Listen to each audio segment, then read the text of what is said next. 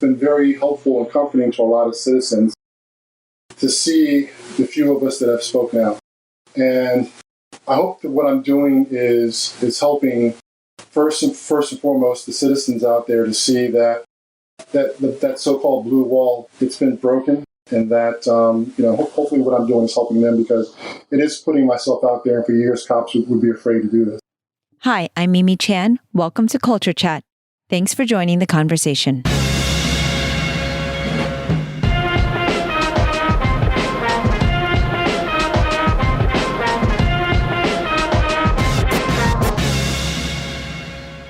There has been a lot of opinions about the murder of George Floyd and the protests occurring as a result.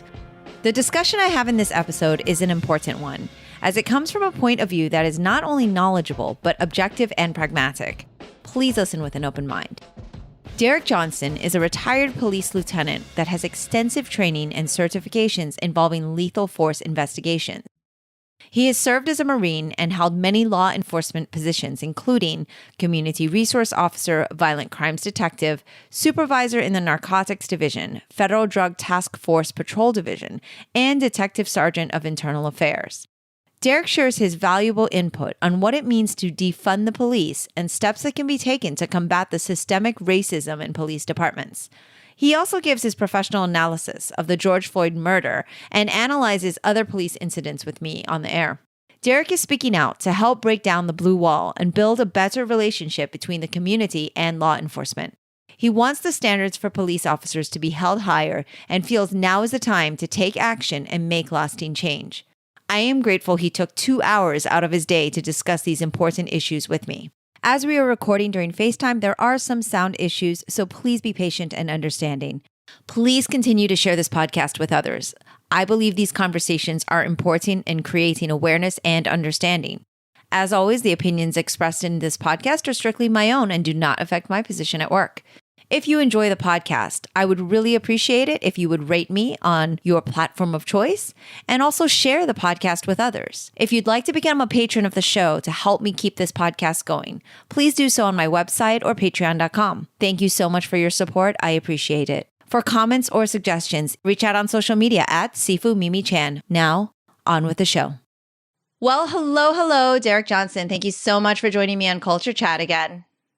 Hi, Mimi. Thank you for having me as your guest. I love having you as a guest. This is actually your third time on the show, but I think we missed a year, so we're going to have to make up for that today.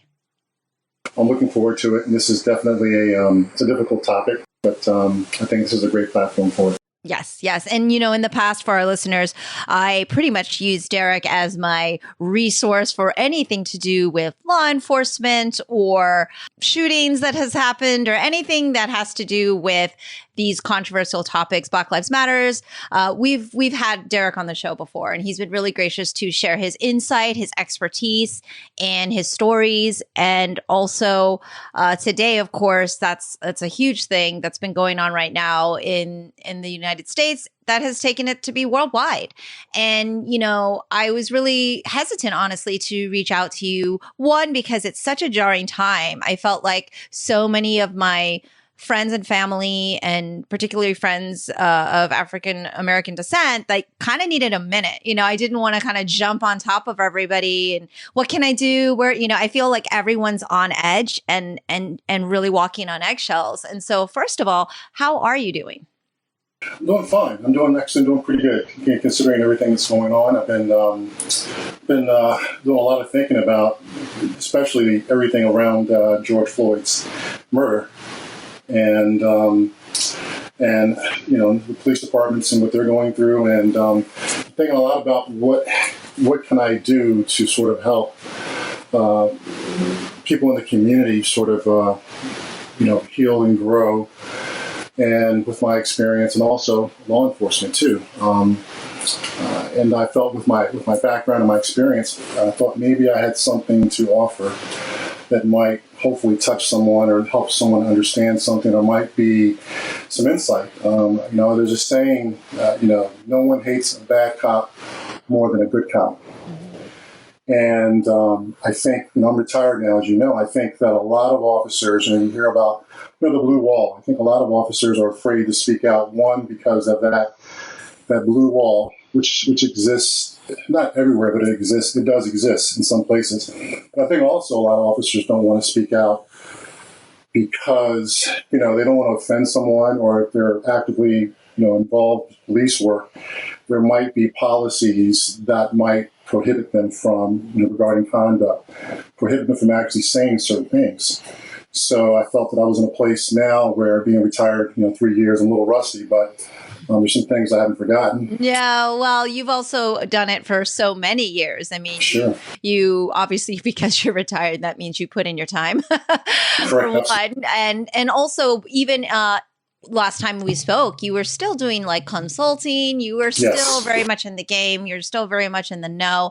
And I think that one is, I'm appreciative, and I know other people are appreciative as well for you sharing your voice, because this is one of the reasons I have this podcast, is to encourage empathy and understanding. And I think for someone specifically in your position, literally being able to understand all the walks of life here and all the different angles. And Yes. I think that insight is going to be really, really important. So when you told me that you were upset when you saw the murder of George Floyd, and using the word murder is a very powerful statement. And as you know, as a certified use of force expert, you determined that it was a murder from what you saw. And I'd like to kind of have you kind of expand on that and to why you took that stance. Because of course, a lot of people, especially law enforcement, like you said, there's a lot of protecting of one another and immediately a defensive mechanism that comes up. But you're such an objective person, having worked in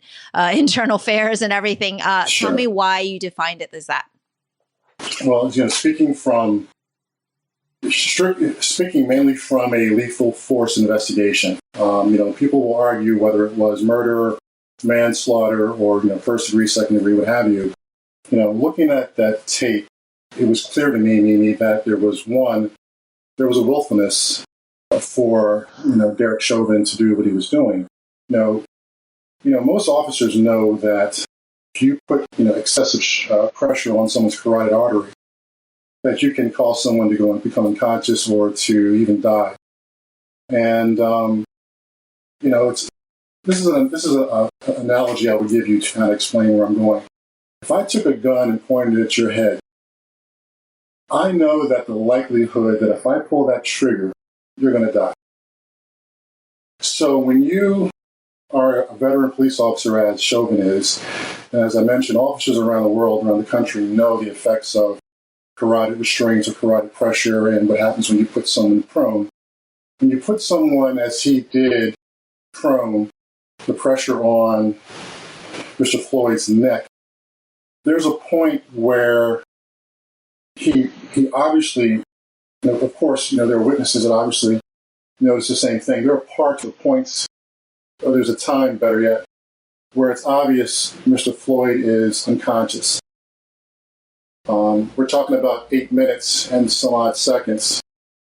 But there's also a point where he has to know that when he's not moving, that, and for the period of time that he wasn't, for the period of time that he was applying pressure on Mr. Chauvin's neck, on Mr. Floyd's neck, you know that he is aware that he is causing death. And, sometimes officers will engage in arrest and they may apply some type of neck restraint or pressure on someone. And we know through training that, as soon as possible, we have to put the person in a recovery position. The officer applied his knee on Mr. Floyd's neck for so long that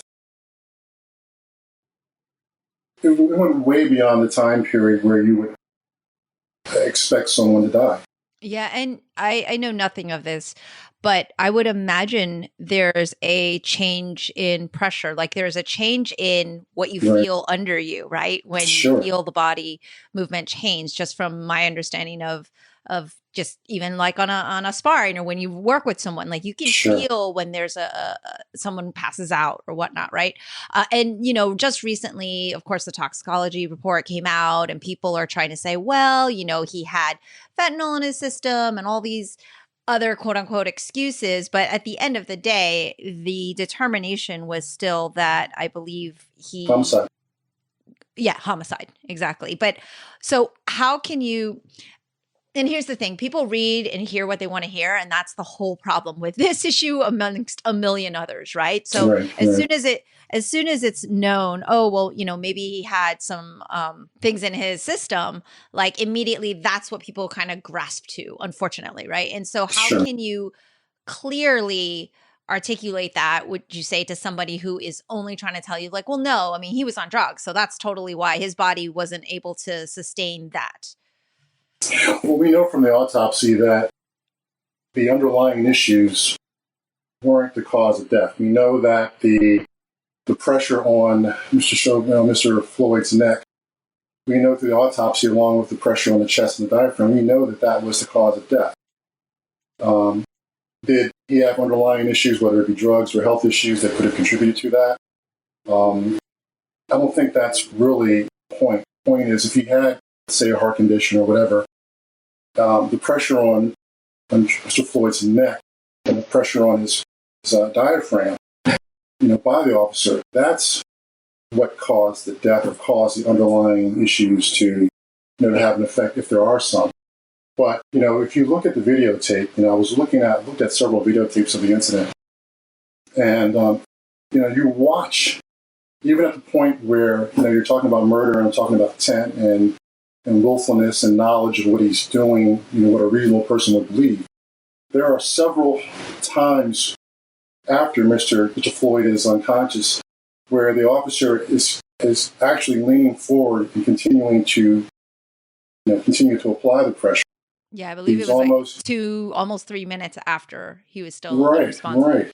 You watch him; he's constantly moving his body to make sure the pressure is sustained, and that's key, because we know through there's different techniques we use in law enforcement. We use a carotid restraint. We use something in Maryland we refer to as LVNR. It's a lateral vascular neck restraint, and when you're certified and you're trained in those techniques, you're made very aware that they can cause death and how long it takes to cause death for someone to go unconscious. So he exceeded everything that I would need to think about or to see against me, that he had a willful intent to apply deadly force to Mr. Floyd. And this is something, now you've been retired, but as Sure. internal affairs and so many of the other positions that you've held as supervisor and whatnot, I know Sure. you've probably had to look at a lot of these type of videos and analyze, and you're Right. able to look at it with an analytical eye. But as a Black American, and as, I guess, are you called a civilian now? I don't know how that works. But as Yeah, I'm someone civilian not now. active, right? Sure. Are you able to take out the emotional aspect of it? Because I honestly, to be honest, I've seen like an image. I could not watch the video after seeing so many videos in the past from, I mean, I don't even want to name. It's just Philando Castile, all the way down. Like, I can't watch them anymore. I am usually so upset by it. It's a mental health issue. Like, I actually can't watch it. So I haven't actually watched this video. I have not watched that 8-9 minute video where I just couldn't bring myself to do it, because I know myself and I know I already know what I need. And people, oh, you didn't even see it. How would you know? I'm like, I know everything I need to know from the photo image, but also everything that I've read and speaking with people. But are you able to remove that emotional component from watching it, or how did it affect you this time? I'm used to looking at, videotapes and pictures like that, through the profession. You have to be able, initially when you're, a younger officer, a new officer, you're looking at things like that. It's difficult. But I've been doing it so long that I understand that, my mindset in looking at something like that is purely professional. I've spent the past 2 weeks, basically, me going through, I had a list of all of the high-profile, Black Americans that were killed by police. And so I went through as many videos as I could to see and to try to find out, was there a common denominator? Was there something? That was my goal. My goal was to look at as many videos as I could to see if there were traits, if there were characteristics, if there were patterns that, that were involved in these incidents. And there were. It was exhausting.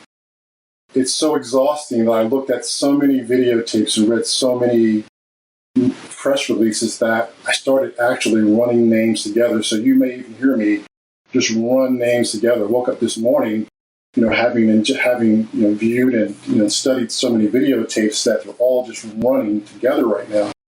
But there's some things I wanted to mention that were very common. So when I got to the point where I started noticing things, it became actually easier. I wanted to look at more and more videotapes and really analyze them. There was I was just thinking a little while ago, I was looking at another videotape, another video incident this morning, and I've looked at dozens now, and there seems to be, I think, in all of the cases that I looked at, and the more high-profile cases, there seems to be an issue with de-escalation. Okay. If you picked a case that I might be familiar with and you want to discuss it, I could point out to you where there were opportunities for the police officer not to have used deadly force, or where actually the officer might have approached the individual and he may have actually turned it up a little bit. He may have encouraged, or not saying encouraged, he may have sort of created a scenario that, didn't have to go down like that. I do want to get into the de-escalation, and we will momentarily as I look to a couple cases here, but we haven't really mentioned would you call them accomplices, or would you just call them people who watched a murder? Because as a non-civilian, as an active law enforcement, isn't it their job to have intervened? So the people who were there kind of allowing this to happen, the other officers. Absolutely. I was referring to the George Floyd case. I know there have been some discussions on the news whether or not there was one officer who mentioned, he asked the question, should we turn him over? And there was one argument that, maybe one officer didn't know what was going on with what Chauvin was doing. And then there's the argument that, I think two of the officers were rookies. But again, if you watch that tape and you look at how long it occurred, even an officer right out of the academy, he knows the effects of extended and too much carotid pressure. Mm-hmm.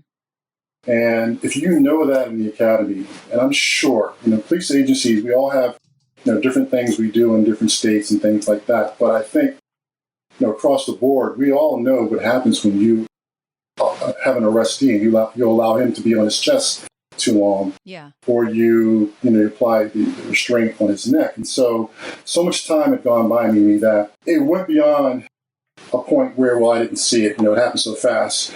It gets to the point where these officers are holding him down for so long, you would have to be blind not to see what was going on. Therefore, That makes you complicit. Okay. You have a duty to act. We say in law enforcement, when a person is arrested, when you put cuffs on someone, you're arresting, their care is in your hands.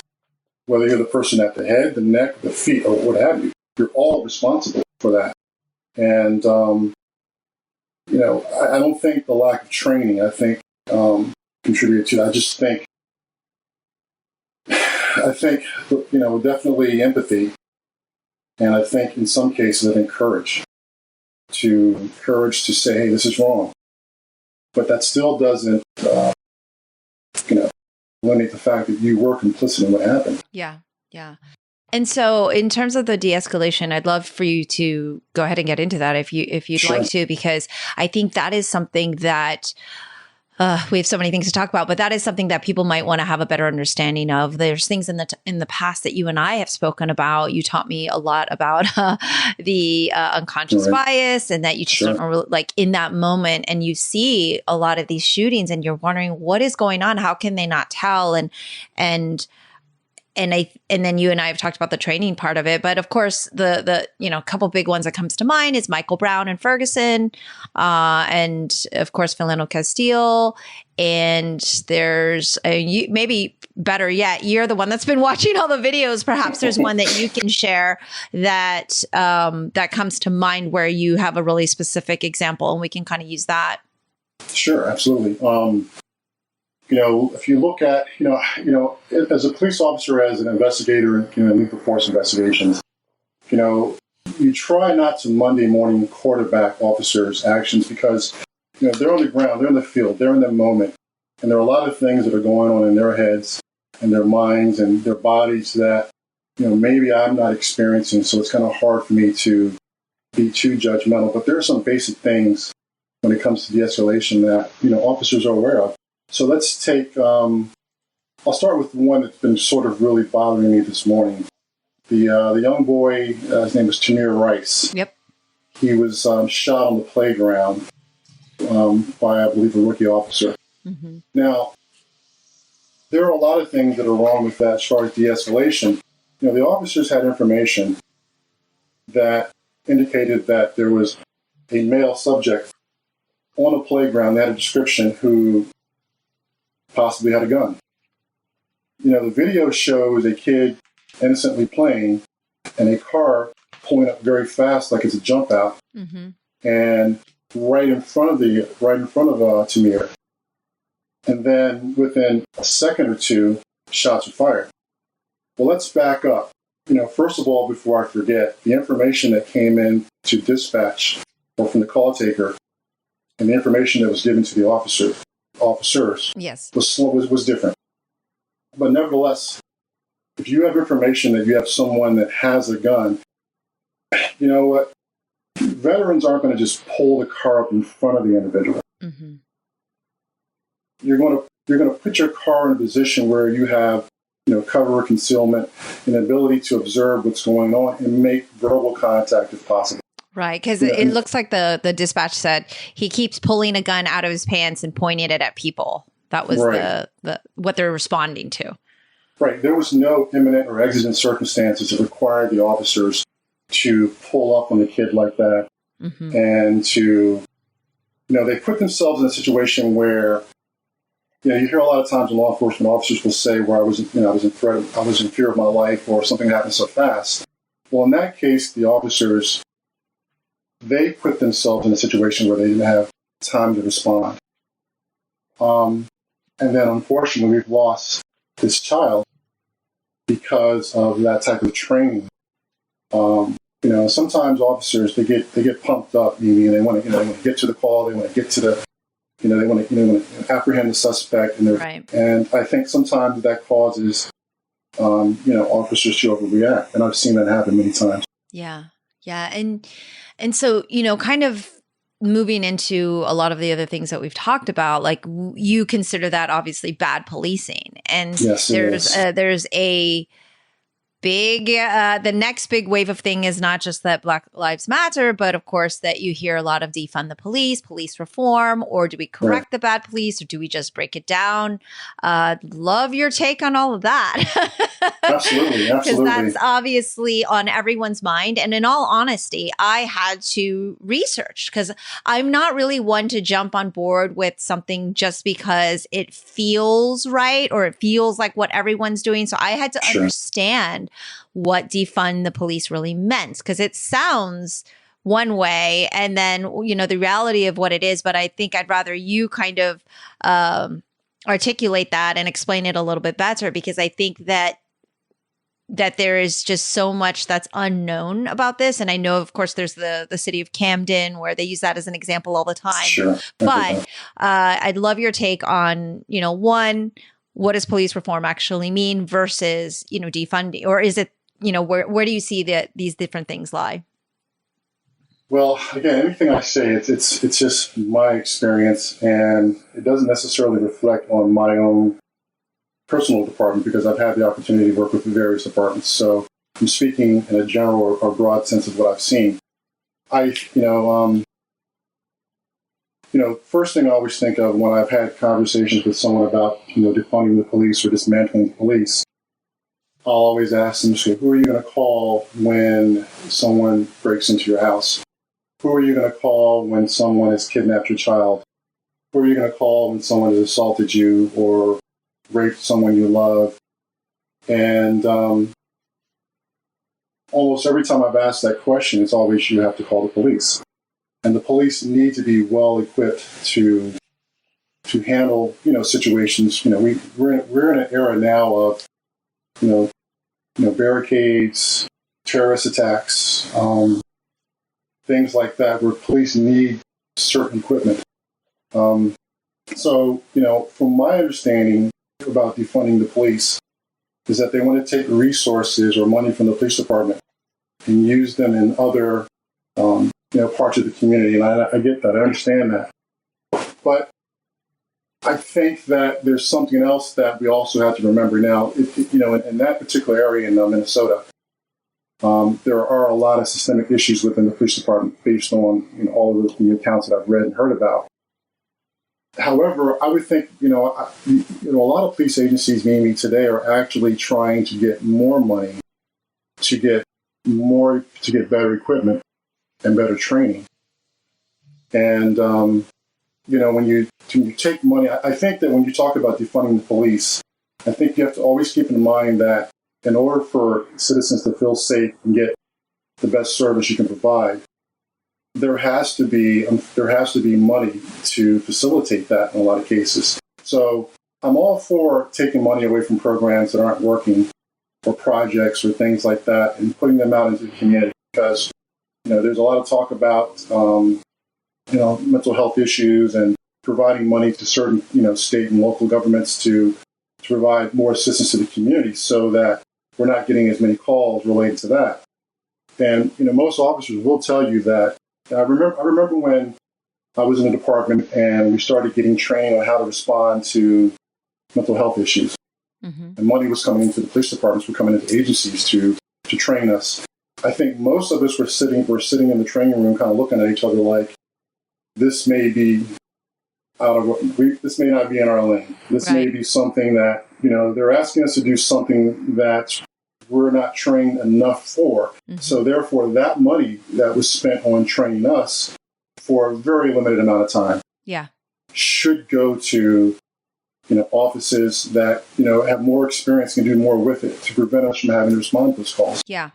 And there's a few things to unpack there. One is that, yes. So in terms of what you just spoke about, I'll address the latter first, is that my understanding is if the money and funding goes towards all the quote unquote correct or more appropriate departments, that the results would be better. So for example, there was an example, someone was speaking that, if you see kind of a squabble going on and it's obviously someone with a mental health issue, and it's probably better if somebody who isn't armed with a gun show up to intercept and deal with that situation, because the percentage of a fatality is much higher once you bring an armed, officer into the situation versus somebody who is an expert in perhaps dealing with that particular conflict, right? And so, yes, I think that there becomes then an education of the public having to know, like you said, who do you call? Who do you call? You just called 911. Well,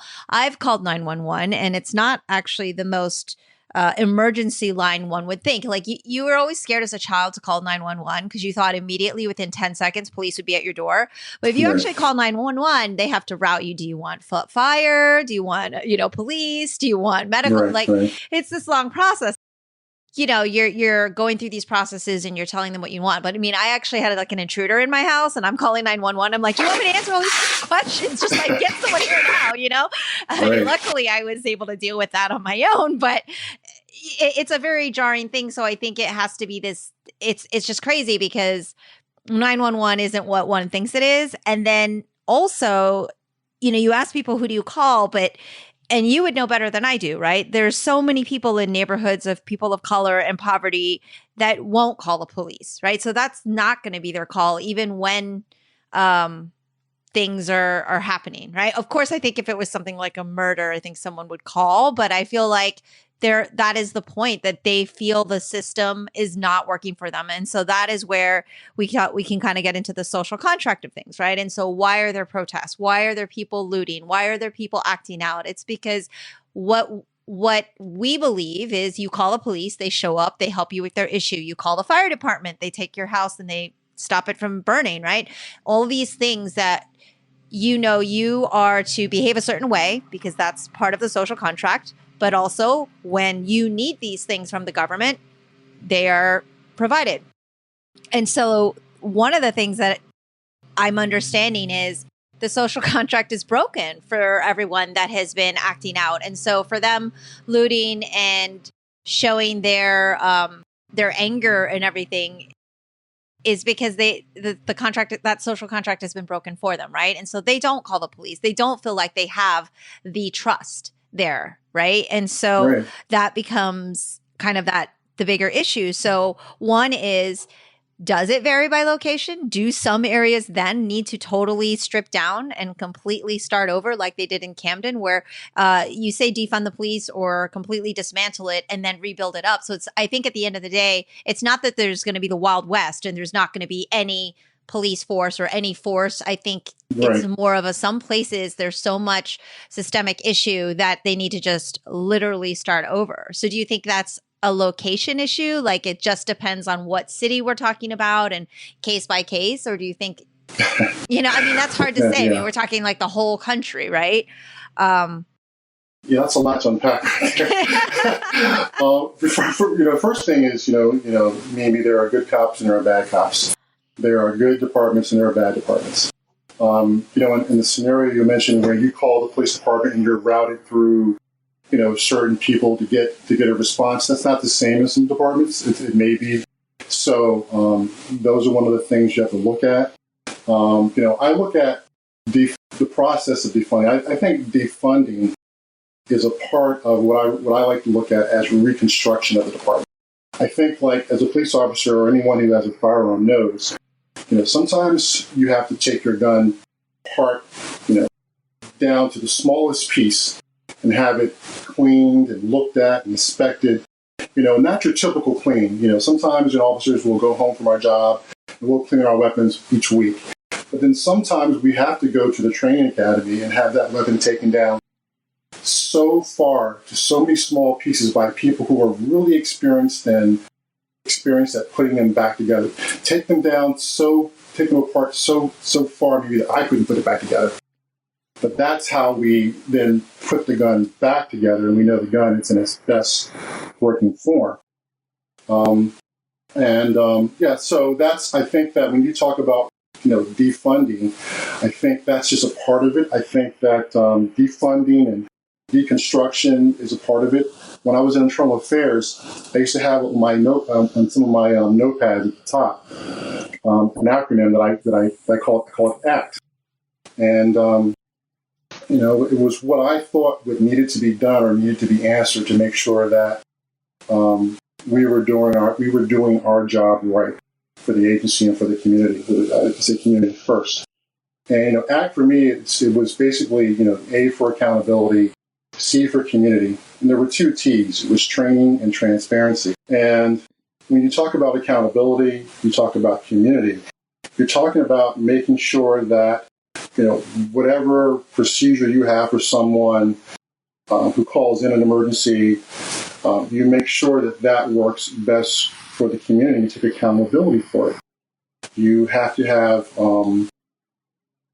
accountability in everything we do, and it always has to involve the community.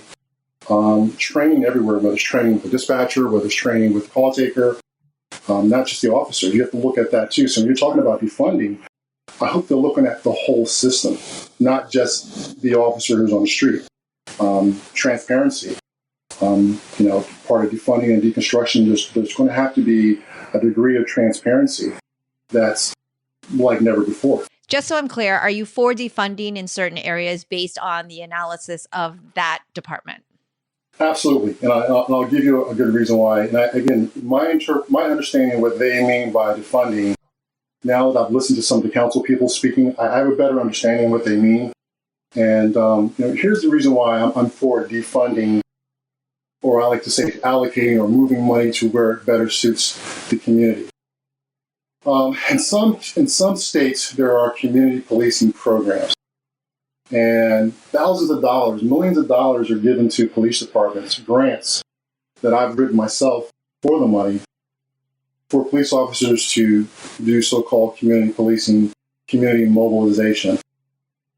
I'm going to be candid, and I think that everything that I'm trying to say here has to be a balance of serving the community and law enforcement too. Regarding this scenario of the money that we've gotten for community policing, I think a lot of the money was wasted because people weren't doing what they were supposed to.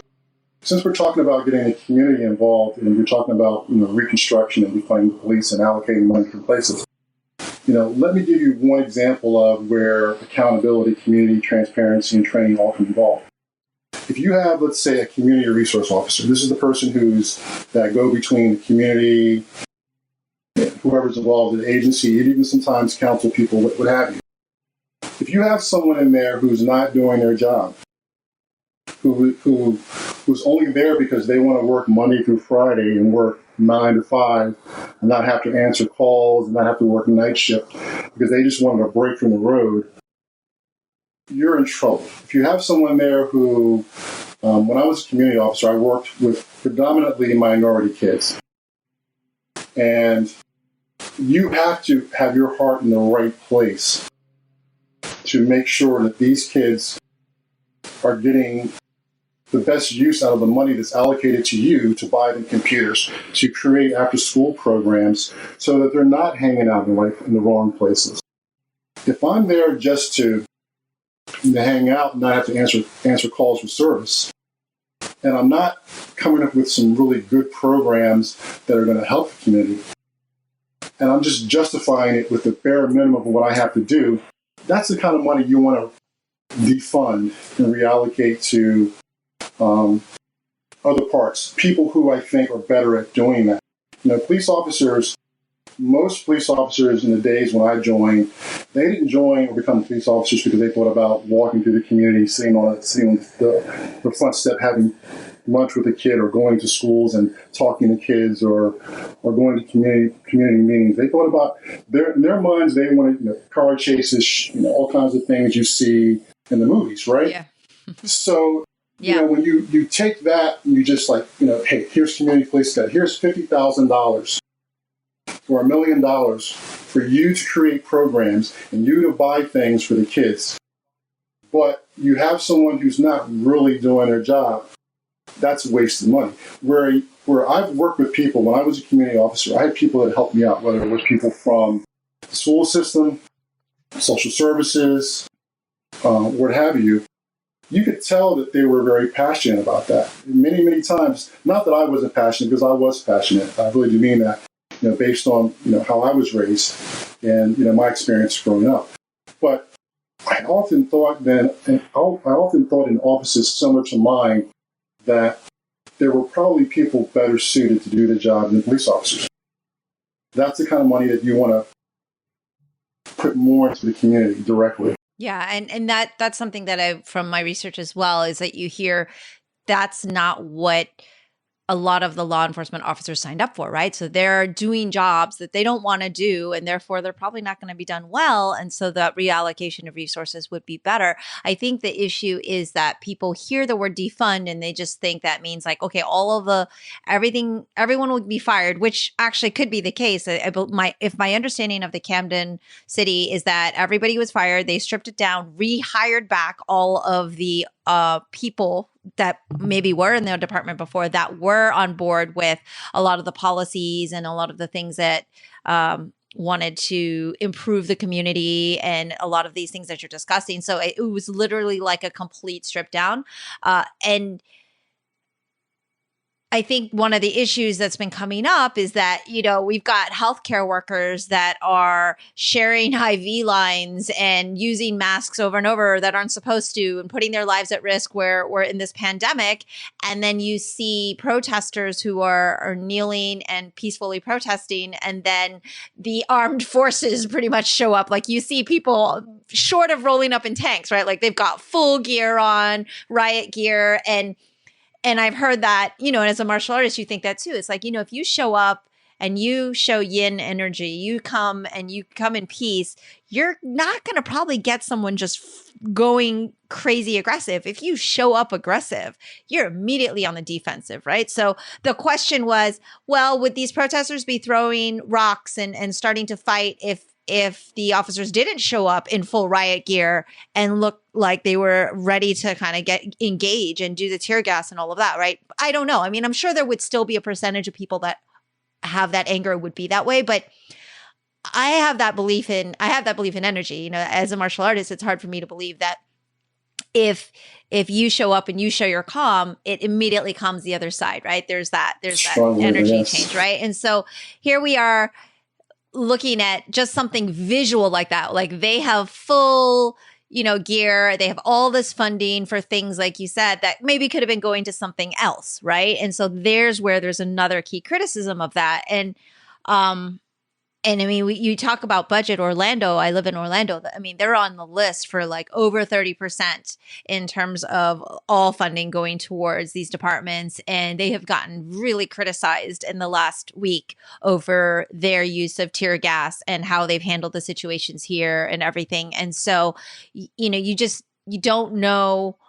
We don't know what the solutions are, obviously, but I feel like you and I had a discussion 3 years ago. And at that time, Black Lives Matter was such a controversial hashtag, such a controversial organization. It felt political. It felt very edgy. And you and I discussed it and why we believed in it and what we understood it to stand for. But there was this education that had to go along with, well, this is why, because if Black Lives Matter, then all lives matter, right? But there was this explanation. And so now I feel like here we are again with the words, that hashtag or that, keywords, defund the police. And I think, oh, here we go. We have to explain it and educate it. I feel like all of these organizations need to do a better job of being able to simplify, because I do agree with you. I think defunding the police is positive, but immediately you go, well, wait, what does that mean? Does that mean it's going to be the Wild West? Because that's what people are saying. Like, we have people who are not informed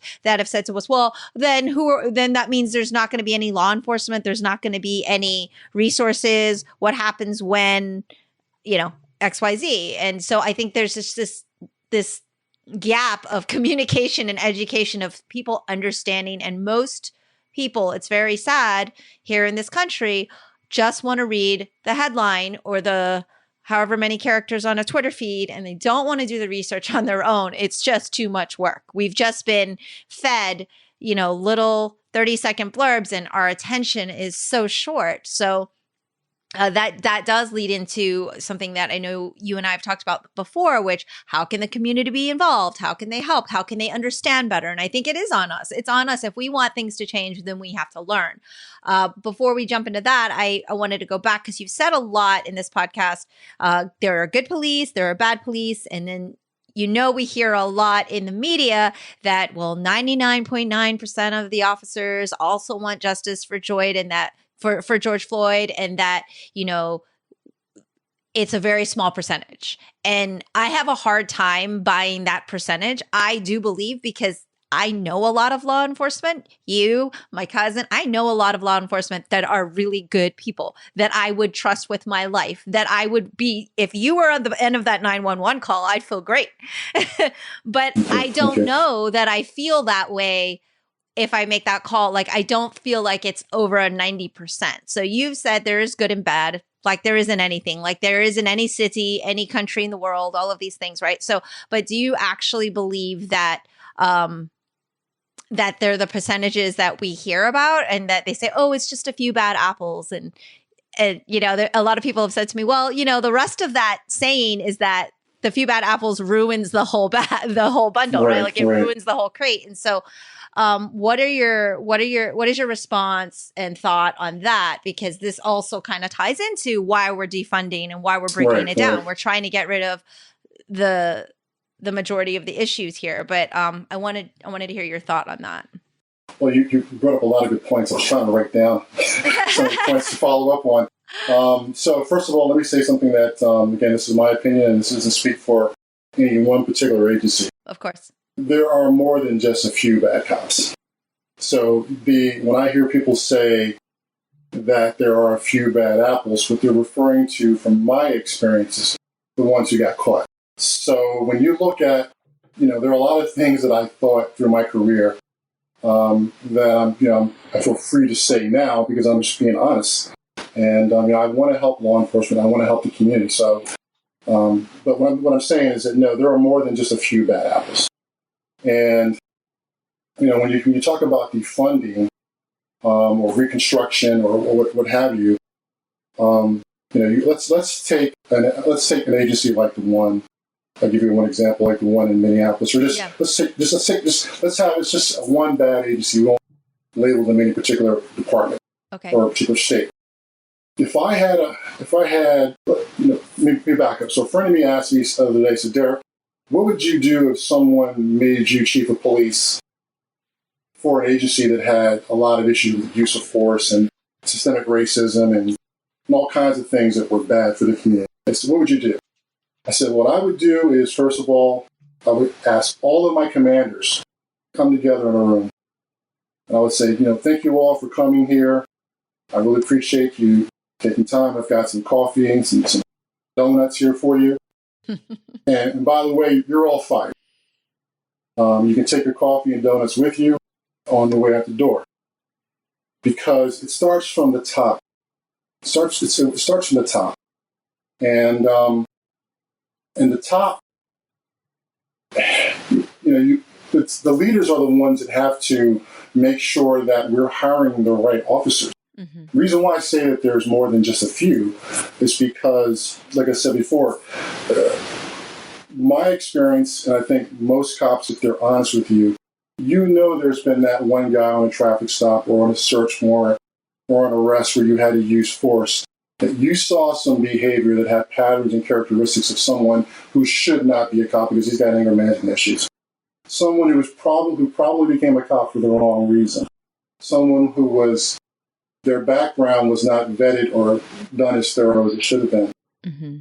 So you have to, it's a lot in there, what I'm trying to say, Amy. So much you have to do.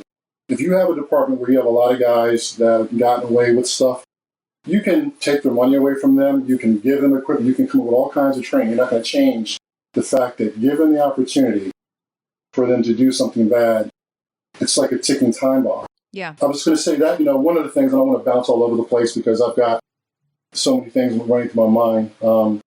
I go back to, I think we have to start with the hiring process. There are just some people that shouldn't be police officers. Yeah. And, as an officer, as I mentioned before, we see those guys. Some people as supervisors, they protect them. They protect them. They basically try to keep them from doing what they naturally want to do if it's something wrong. And they teach them how to hide it. They cover them. They protect them. And, I think that has to stop. And when you go to the hiring process, you have to make that as strict as joining the Marine Corps. Mm-hmm. You have to start there. When I was a background investigator too, there's different things. You check references. Some agencies have people take psychological tests. Mm-hmm. They're based on personalities, based on character traits, based on social issues they may have had growing up.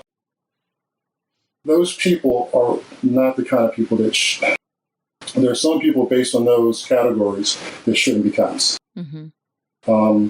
As police officers and detective, when you're involved in criminology, we put a lot of trust and emphasis on theories of psychology and, like Sigmund Freud, and his theory on why people do bad things and why criminals do what they do. It's no different than a person who's applying to be a police officer. There are kids that they were bullied, and they had life experiences such that when you give them that power, if they have anger management issues, if they have, unconscious biases, and some of them have conscious biases. Yeah. You give them a gun and a badge, the ability to take someone's life or their freedom.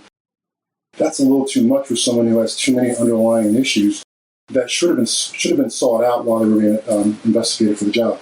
Yeah, and I had a quick question about that because I know I saw it somewhere and that there is a psych eval, but it's very low on the checklist of things to be done, or maybe it's not as thorough. Is it mandatory, or is it depending on the department? Is it a mandatory thing, the psych eval and the background? Sure.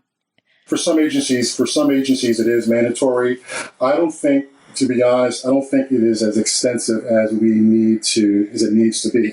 Yeah. Think about this for a minute, man. If we were able to do very extensive psychological evaluations based on proven theories to determine certain, traits or characteristics or behaviors that tend to follow certain people, we would probably eliminate half of the candidates. Right.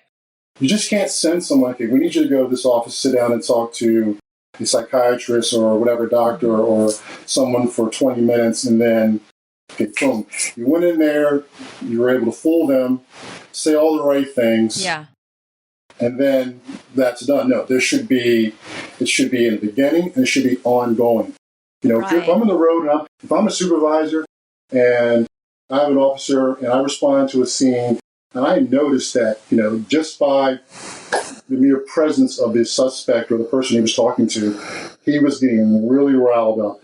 You could tell he was boiling. And then when something occurred where he had to make the arrest, you see this young officer had a chip on his shoulder, and he really, really lost it during that arrest.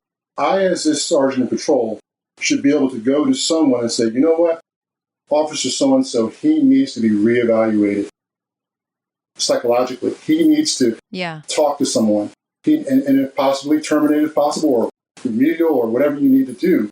But those aren't happening. So we think about probably half of the people that I've encountered in my lifetime as a police officer, had they had that type of thorough investigation through psychiatrists in the beginning, they probably wouldn't be on the job. Yeah. So, that actually should be like the number one on the list, because it would have already eliminated a huge amount of the issues, right? If they're not even given the power in the position. It would bring human beings, just like you give an officer gets sworn in, gets a badge and a gun. He's still a human being. Whatever baggage he carried with him prior to the job, it's going to go with him into the job. Yeah. Yeah. So it's odd to me that that's not a big priority, because I know that I've interviewed the chief of police in Orlando. I've interviewed the sheriff here in Orlando. And, it's always a very cordial conversation. And I did ask them, I said, there's that stereotype that, you just mentioned donuts and we love to tease about it. But I look at the officers that I know and they're all in super good fit shape. But you see so many that are not. And you wonder, do they have to keep taking physical tests? Because my cousin, who just went through the academy a few years ago, the stuff he told me he had to do, it sounded like worse than the Marine Corps. And I go, I don't see the department, everyday patrol guys looking like what you guys are looking like coming out. Right, and so is there a level that you have to maintain? And they go, oh, no. Yeah, there's a physical that you have to take. And so what you just said resonated. If there's a physical that has to be done, but I don't think that that's really enforced, then there should be a mental, because as you and I know, as martial artists, the mental is more important than the physical. Right. I can teach someone who is mentally ready way easier than someone who only has the physical part. If someone can do all these amazing things and they're a super athlete, but they don't have the mental state to learn, if they are not, if they're too conceited or they're too, angry or all those things, then they don't make for good students, right? And so it doesn't matter how wonderful you all are physically. Your mental state is so important. And it's frustrating that is not more emphasized and actually mandatory, right? When you're saying exactly what you just said, you're giving someone a tool that can literally take someone's life and freedom away forever, right? You Sure. have so much power in your hands. And something that you kind of touched on was we hear a lot of people stating that there is not systemic racism in police departments. And I'd like to know what you believe in regards to that. Well, first, let me just say that my comment about donuts was just kidding. I know. As a matter of fact, Look, if anyone saw you, they would know you're not a huge donut looking guy. You look like one not to be reckoned with. Yeah, I, as a matter of fact, when I was patrol commander, I used to joke with my officers in roll call. I would tell them that please don't let the community see you eating donuts. It's hashtag say no to donuts. But I'm sorry. So. I'm sorry, could you ask the question again? Yes, so we hear a lot of people who state that there is not systemic racism in police departments, and I'd like to know what you think. Again, not labeling every agency exactly the same, but the short answer is yes, there is. Of course there is. I think for people to say that there isn't systemic racism in police departments is to say there isn't systemic racism in society. That's how I think it's ludicrous for someone to say that there isn't systemic racism in law enforcement. Again, just because a person becomes a police officer or they join up an agency, that doesn't change them to non-human. That doesn't change all of the biases that they had prior to unconscious biases. Because I've had incidents where when I was in internal affairs, I had one case in particular where I was interviewing an individual, and it was a bias-based policing incident. And, talking to this young man, he truly didn't believe that he was a racist. When you accuse an officer of bias-based policing, the first thing that comes to your mind is you're calling me a racist. Now, from a professional, or my experience is that when you say someone is involved in something that's very overt, and they're out there, they have certain things about them, they don't like black people, that could be considered by somebody to be racist because it's so open, it's so conscious. Unconscious biases, from my experiences, are those things that people don't realize. Going back to the young man that I was interviewing, he was a respondent in a case where he was accused of bias-based policing. He was convinced that he didn't have any bias, but based on just the things he said during the interview, and I can't go into details there, but a lot of the things he said about people in that particular community, individuals that he had stopped and frisked, and whatever he was doing in that particular case, they were, to someone listening, and I think most people, other people did listen to it, they were definitely signs that he wasn't aware that he had bias. Yeah, and let's be honest. If we are all being honest with ourselves, we all have unconscious biases of some kind. There you go.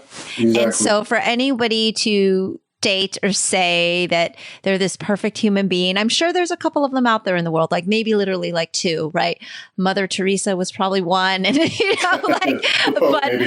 yeah, we're not in that realm. Like, we're not walking the walk in that way, right? And so it's one of those things, though, like you said. But when you're overtly racist, that's an issue, and the problem is there is a lot of unconscious bias. And the thing is, I've understood that when you have these conversations, when you share stories and there's empathy, people start to understand, wow, I actually can change my opinion on these things when they're brought to light. And so there's also the benefit of the doubt we do have to give each other as humans to learn and to evolve. And that is okay as well. But I think what we're really addressing are the overt racists, are the people who very much should not be in any form of authoritative figure or given a firearm, because it has been shown time and time again. I mean, I could just Google right now and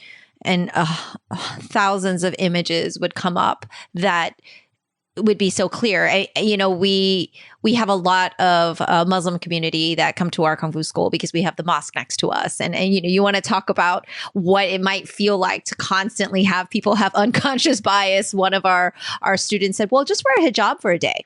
Just wear it for a day and go out in public and see how that feels, because that will give you some empathy and it will give you a firsthand look and feeling of what it's like to have people look at you a certain way without maybe meaning anything really bad by it. They're probably not, anti-Muslim, but there you get looks, right, from people who probably don't really believe they have these biases. And so, yes, they are there. But then, you were talking about off air, we had talked about minimizing hiring these bad cops and how to weed them out once they're hired. So one way was, like you said, having the psyche evals, having therapists, having people on hand to constantly be checking that mental state. Was there other methods that you thought needed to be done in order to minimize the hiring, as well as, of course, like you said, the leadership part of it? Yeah, so that ties into the question about systemic biases in police agencies. So, with the leadership. So we talk about the candidate who wants to be a police officer. Going back to not just psych evaluations, but extensive, ongoing things that get into developing character traits, personality traits.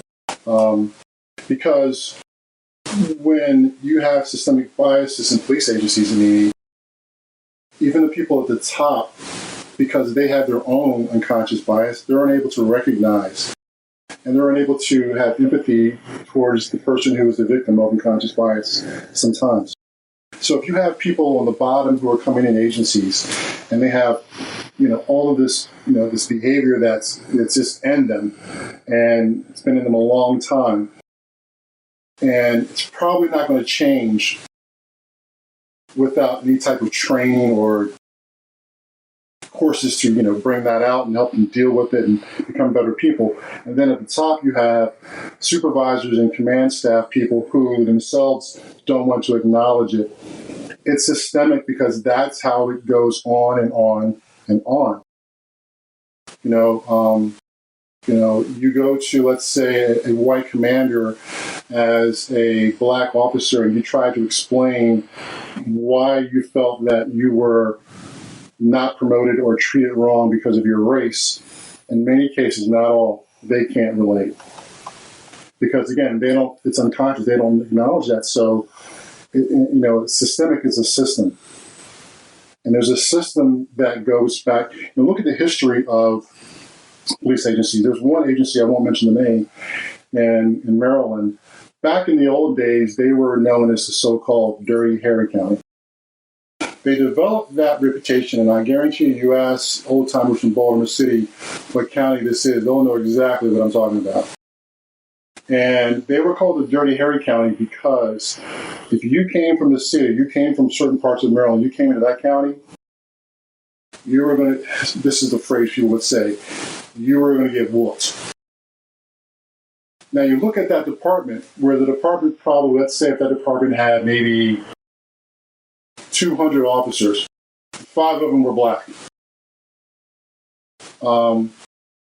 There's an idea or an ideology where with some people that we just keep other white officers around us and we won't tell on each other. And that history, that culture goes back so many decades that enough time has not gone by where we've gotten rid of those old timers that secretly have hoods in their closets. Yeah. And because you have a firsthand account, what's it like being that, 5 out of 200? What is it like being a black cop in a profession dominated by white cops? It's definitely a conflict, and it's a conflict sometimes because you're torn between I'll speak for myself. When I joined the police department, I did not believe or think that, wow, there is systemic racism within police agencies. I believe that we were all blue. Okay, we were all blue. Like when I was in the Marine Corps, we were all green. So if you're in a situation where you see, it's better for me to give you a scenario. And this doesn't necessarily mean my agency, but I'll just give you a scenario that I'm familiar with. Sure. If I am involved in a drug raid and the drug dealers or the suspects are black, and we so-called hit the house, let's say I'm part of, the narcotics raid team. SWAT team's going to go in there, they're going to hit the house. SWAT team's all white. Investigators from homicide, because they're involved in this case too, because they want to interview people that are involved in this drug case, they're all white. Mm-hmm. The patrol officers who are there to help detain the suspects, their girlfriends, their children, whoever, their mother, the officers who are patrol officers who are called there to basically hold the perimeter or just maintain custody of people, they're white.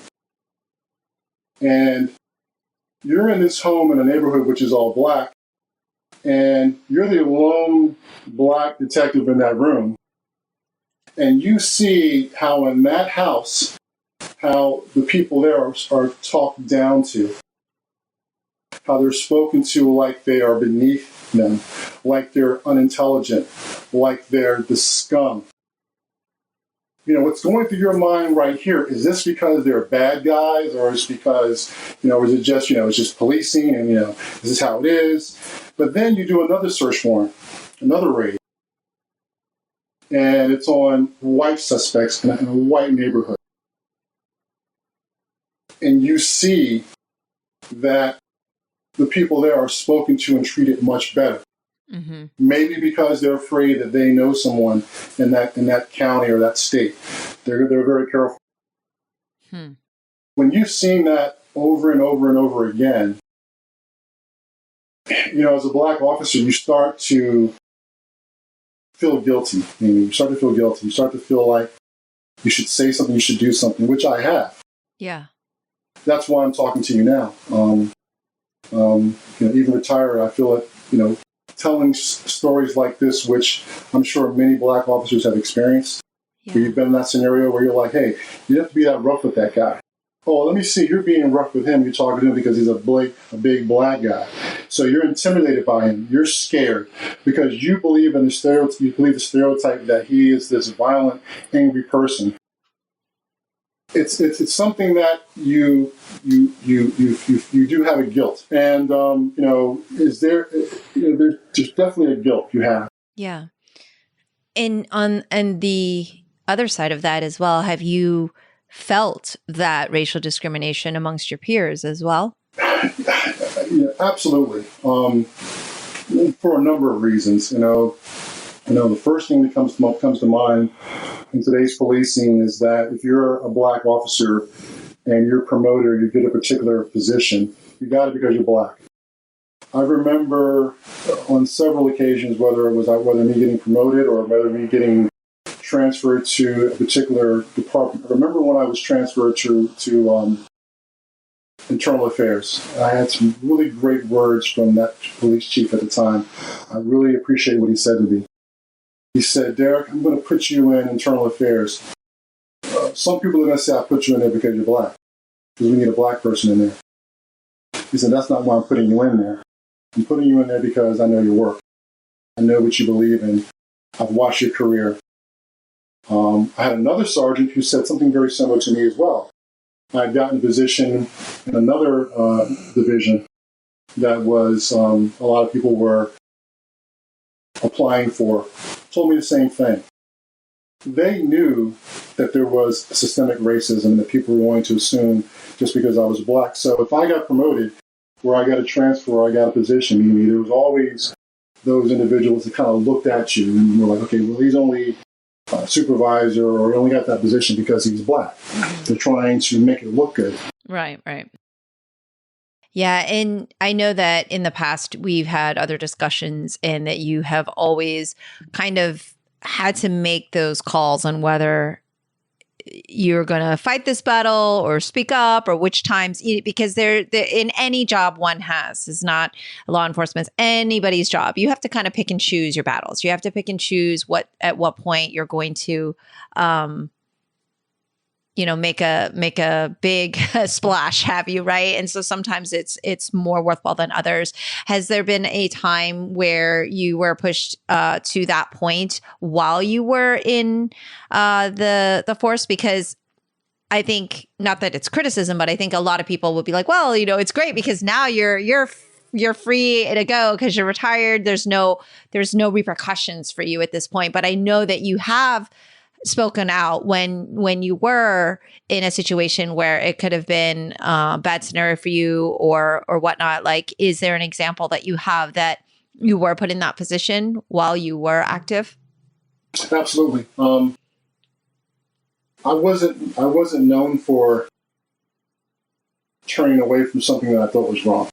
I think that being retired, one of the things I really enjoy about my career is that when I run into officers that I used to work with, they reflect on situations where I did step up or I did speak out. But the culture in policing is, if you step out or speak against the wrong person who is a part of, let's say, a clique or is in a certain position, they don't want to hear it. Mm-hmm. If you have an individual who is, let's say they're part of the command staff, let's say, for example, in an agency, and you work for that individual who tends to lead and do things that are not right. If you're a lower rank than that particular commander and you speak out against them, you jeopardize the solidarity or the union or the strength of the people in that circle of commanders. I remember one time it was an incident and I spoke out about a particular, I was an officer too, a particular commander, and I did what I thought was right. And I was standing up for my officers in doing so. It wasn't really about me, but I was standing up for my officers, one of my officers. And I got a call from a retired commander who was previously a part of the command staff. He got word about the battle that I was fighting within the agency by trying to speak out against this one particular commander.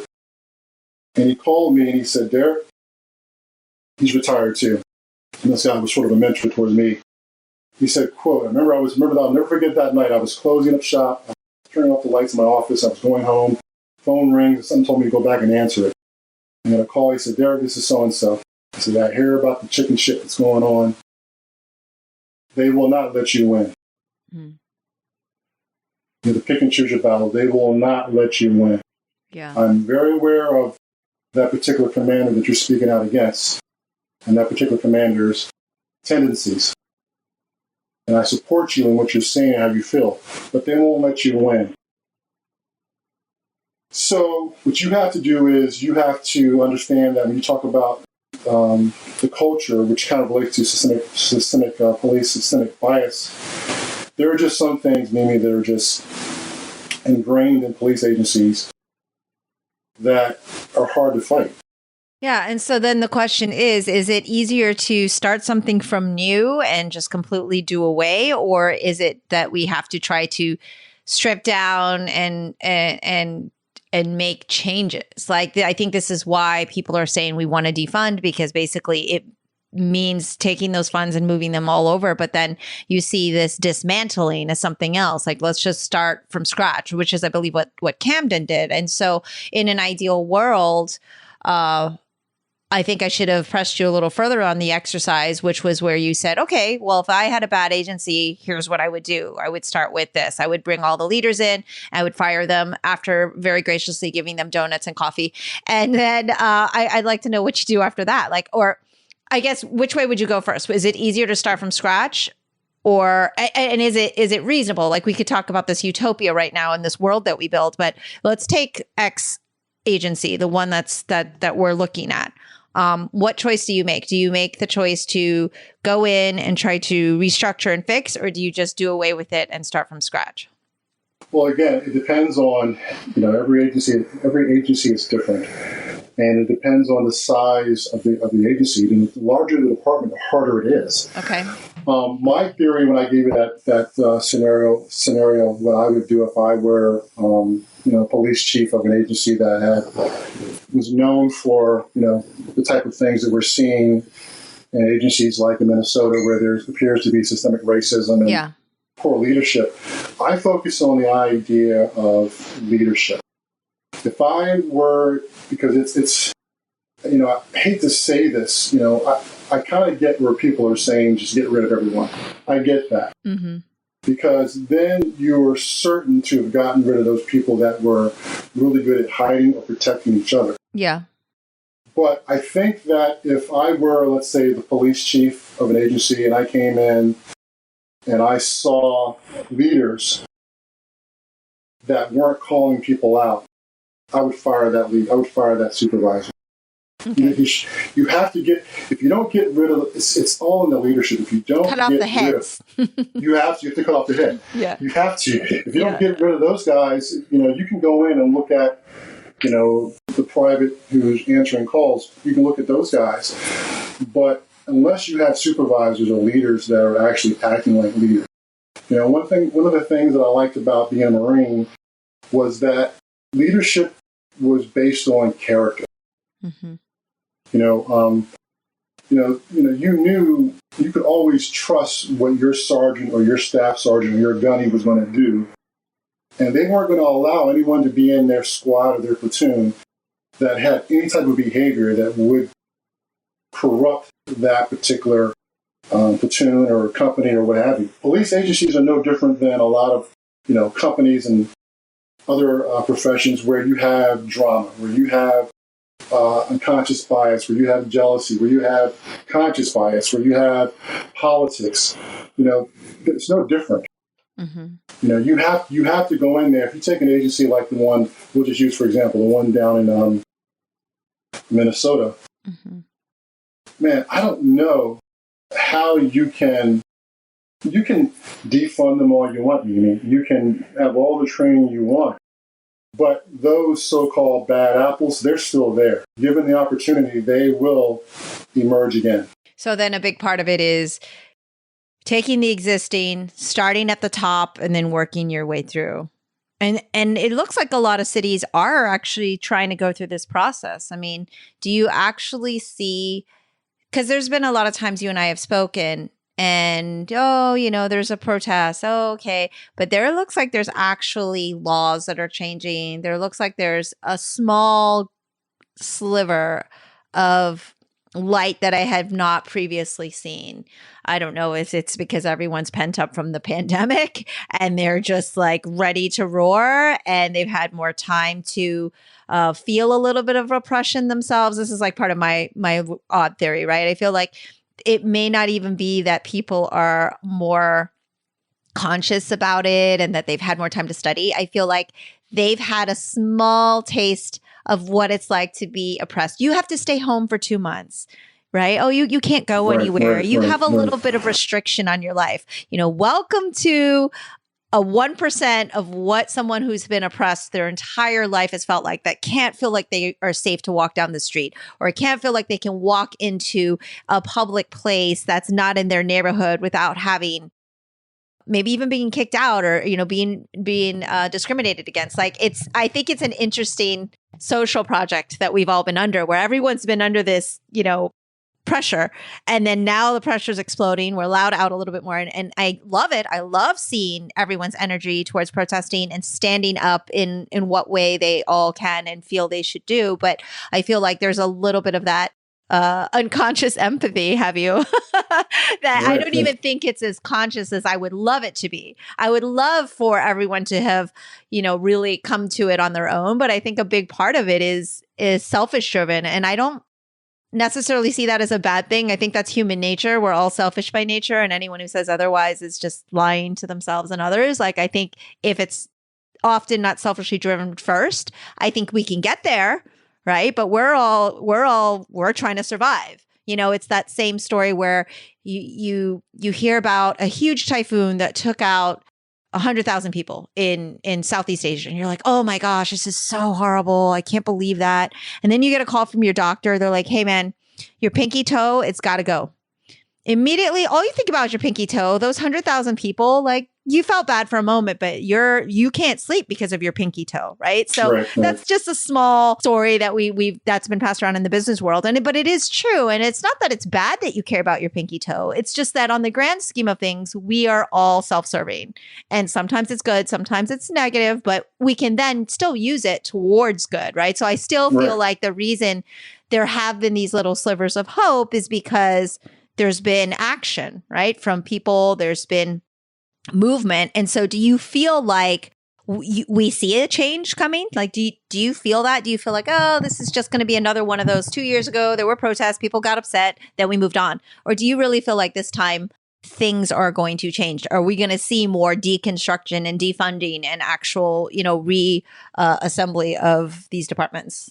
I do. I do. And as it relates to the police departments, I see a cultural change. I see the status quo. I see the youth of America. There are people of all ages, but I see that there's a wave that has decided that this is the time. More people are involved. I think that with such attention to this cultural change, you will therefore think about this. The same people, a lot of the people that are protesting right now, many of them will become police officers. Just because someone protests or says defund the police doesn't mean that they don't want to be a police officer. You're going to start having people with that belief, that ideology of how things should be. You're going to start to see them join police agencies. And hopefully they will speak out, and therefore we will eventually wash away a lot of the bad cops and a lot of the systemic racism, a lot of it, not all of it. We will get rid of a lot of things with this cultural change. And so unfortunately right now we have a situation where there hasn't been this type of movement. If we can change society, meaning we can change, how we perceive each other, how we live our lives, and if we can change, racism and unconscious biases and bring them to light, I think we can improve law enforcement. Mm-hmm. I think the idea that just by taking money away from, because we're talking about, law enforcement as it relates to funding, I want to focus in on getting people who shouldn't be cops, getting them out of there, and making sure people who shouldn't be cops, preventing them from getting hired. Mm-hmm. Based on the science that we all know about, through criminology, through psychiatry, we need to use that more. And stop behaving so desperate to fill a slot that we're going to hire someone or overlook their background. How am I going to do this, for example? I'm a background investigator, and I have an unconscious bias. And I'm now doing background investigations on candidates who have, to me, would be, who have unconscious habits or biases. How am I going to disqualify him? Because I'm the guy that's got to write the report, mm-hmm. and write all the things that I think that whether this officer should be, this candidate should be hired or not. Yeah. But you have people who are a part of the systemic biases that are doing the background investigation. They're doing the hiring. Yeah.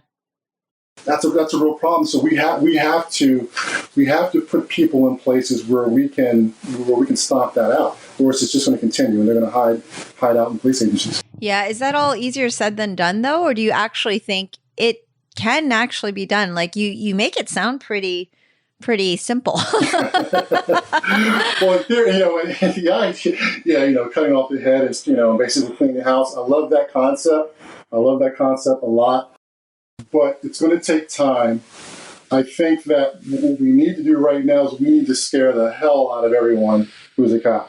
Mm-hmm. If I were the chief of police, all of these police shootings, I would make my officers look at them almost every week. I would like them to see.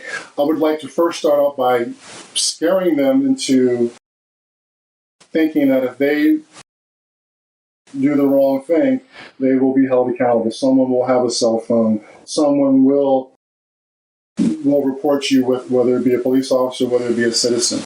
Yeah. And we've touched on it, and I apologize for not asking more about your opinion and just kind of usually spitting out all of mine. But what are your thoughts on the acts of the protests going on right now? I mean, obviously, I'm sure you're for peaceful protests, but what are your thoughts on what I said earlier about where it turns into riots and looting? I just spoke to someone this morning about separating the protesters from the criminals, the people who are opportunists who are taking advantage of this situation right now. Again, I'm strongly support the protests, strongly. I've participated in protests myself. And so I think it's the protests that I see that's giving me hope that we can make change within law enforcement. The people that are looting and things like that, there's no justification for that. Mm-hmm. There's no justification for assaulting a police officer. I look at some of the videotapes and I'll see like a person who's protesting, and they're protesting peacefully, and I understand the ones who are angry. But I have to admit it does hurt my heart when I see an officer who's just doing his job by standing on the line, and someone standing in front of him and yelling at him and calling him all kinds of names, because I know that there are probably guys that are staying on that line that are really good people. Yeah. That there are officers who would give their life for that individual who's yelling at them that they don't even know. Yeah. That individual who has kids, family who's watching on TV, their dad, their mommy get yelled at like there's some dog or there's some animal. I think there has to be some empathy on both sides when it comes to protesting. Absolutely. I think empathy works both ways. Yeah. Absolutely. It's, and that was kind of one of the things that I had a really hard time in the beginning articulating, which was that, one is, I get it. I get why they're burning down the world. I get why things are completely insane, and everyone's, because the social contract's broken, things aren't working for them, and they feel like this is the only way to get the attention. On the other hand, I never like to see violence when it's not necessary, Right. And that goes back to, well, is it because they showed up looking like, hey, we're here for a fight? Or is it, there's just so many dynamics, but I agree. I wish that it could stay peaceful. And also I feel like it does damage the message, right? It does make people look at it. Oh, well, see, they're all violent.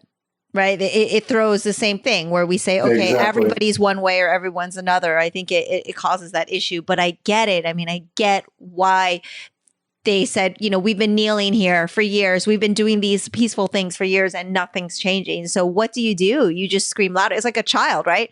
If you don't come into the room, they're just going to cry louder because that's all they know how to do. And maybe they'll start throwing things, maybe they'll start destroying things if they need it. How else can we get their attention? So I understand the catalyst for it, right? I don't condone it, I don't condone violence I don't. And like you said, empathy does go both ways, because a lot of those officers there, like you said, would probably be on the other side protesting if it was their day off, or have put their lives on the line for civilians and are really good people. So it's sad to see, but I guess the collateral damage and revolutions are never easy, right? It's almost like an inevitability for things to change.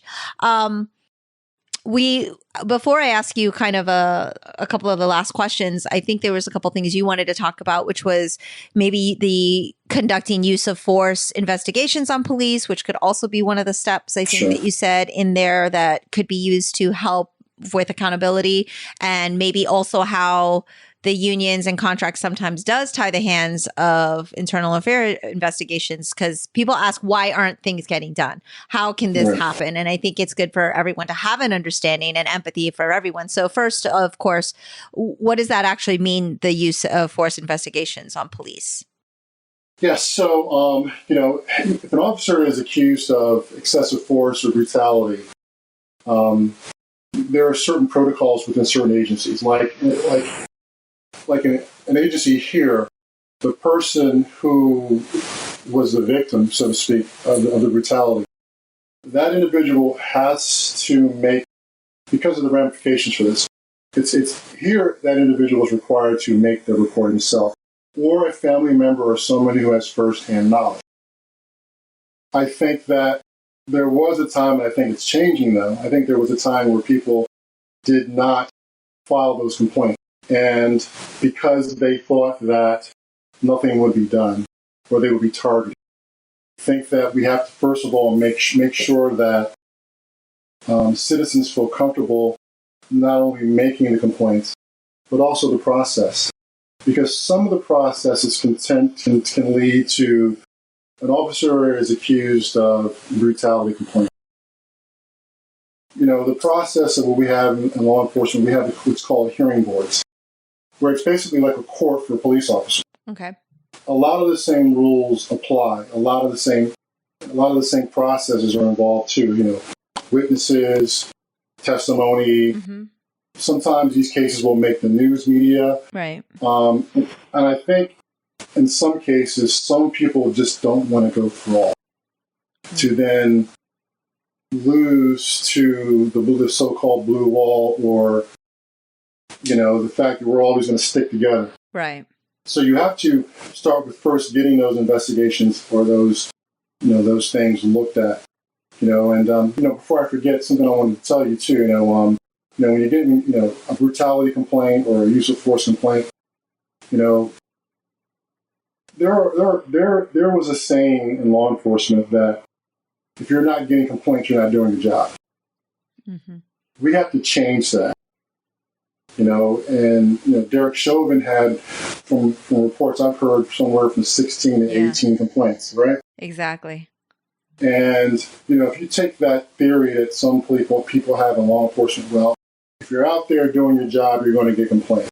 Well, I think in some cases we have to look at those complaints and, take a stand on patterns. If a person has a complaint, for example, and it's use of force or brutality or bias-based policing, and they're all black people and they're all in one particular neighborhood, we might have a problem. Mm-hmm.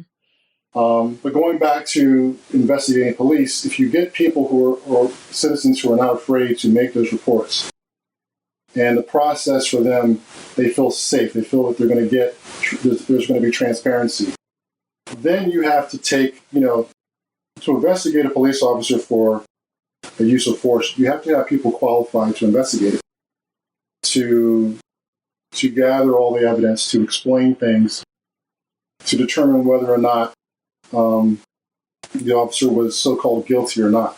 Because the thing that I know that people should know, Mimi, is that for an officer to be so-called convicted, you only require something what's called the preponderance of evidence, 51-49. Mm-hmm. So an officer has an investigation for brutality, and he has a hearing board. The people who are on the hearing board, they're like a jury, right? Okay. They're usually cops. Right. And sometimes there are people that officer worked with. Mm-hmm. If you have good people on the board and there's enough evidence to prove that more likely that officer did abuse someone, right, it's great. But if you don't have that integrity of the hearing board, it's kind of hard to get an officer convicted or found guilty of something if he did do it. Right. And hence we have up to 16 plus offenses that had no action or no repercussions or no punishment, right? There was nothing done. Right. And it's like the point of the word jury, I'm not a dictionary or whatever. I should look it up, but I'm pretty sure it should be impartial, right? Like it should be. That's the key. And therefore, like you said earlier, people don't want to go through all this. It's like going through the paperwork to get nowhere or going through the process to get nowhere. And it's definitively frustrating and to go through everything and be let down at the end of the day. Nobody wants to go through that, right? So it's basically like almost like people would say a fixed system.